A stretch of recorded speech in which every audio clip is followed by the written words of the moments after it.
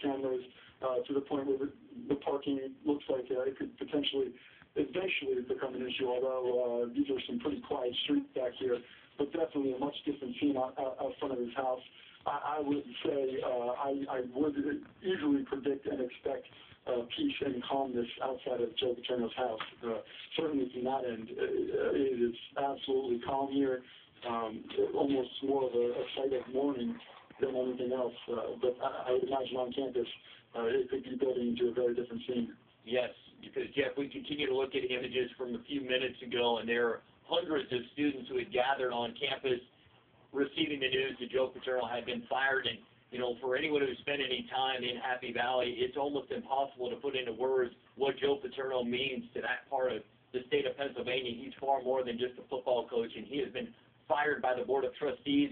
Has there, since you've gotten there and the more people have come to Joe Paterno's house, and I asked you about this before, but I'm really curious, is there any police on the scene, or is there any security at all? Not at all. Literally none at all. From the moment I walked up, I mean, the number here has probably tripled, but still no police presence when first arriving, and then that.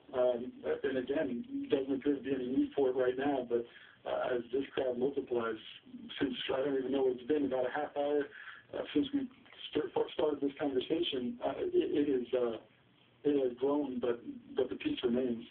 Jeff, very quickly, we're going to want you to stay with us following the break, but before we go to the break again, describe the scene, how you were standing outside of his home with just about a dozen other people and having Joe Paterno come out and address all.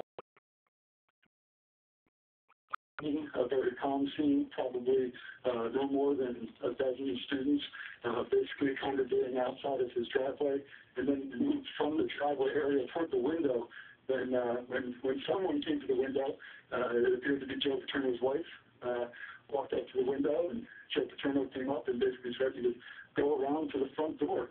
The 12 students that were gathered there moved to the front door.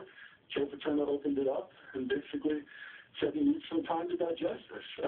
That it's been 61 plus years for him, and he needs a little bit of time to figure this thing out, and that he expects to say more tomorrow. All right, incredible stuff from Jeff.